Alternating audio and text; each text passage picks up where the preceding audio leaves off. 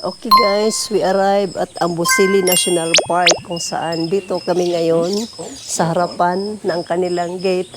At dito kami muna standby at meron siguro kaming mga gagawin dito na activity.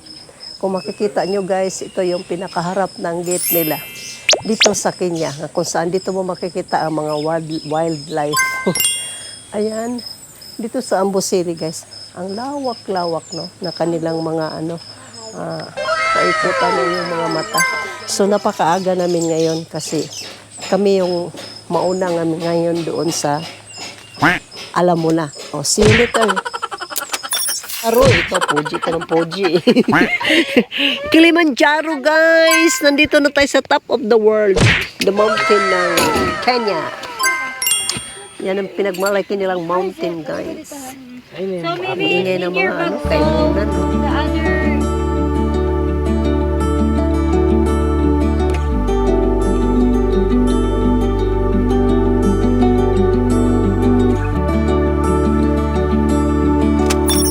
Nagutom ang balo guys. Nakahunting na mga five big animals.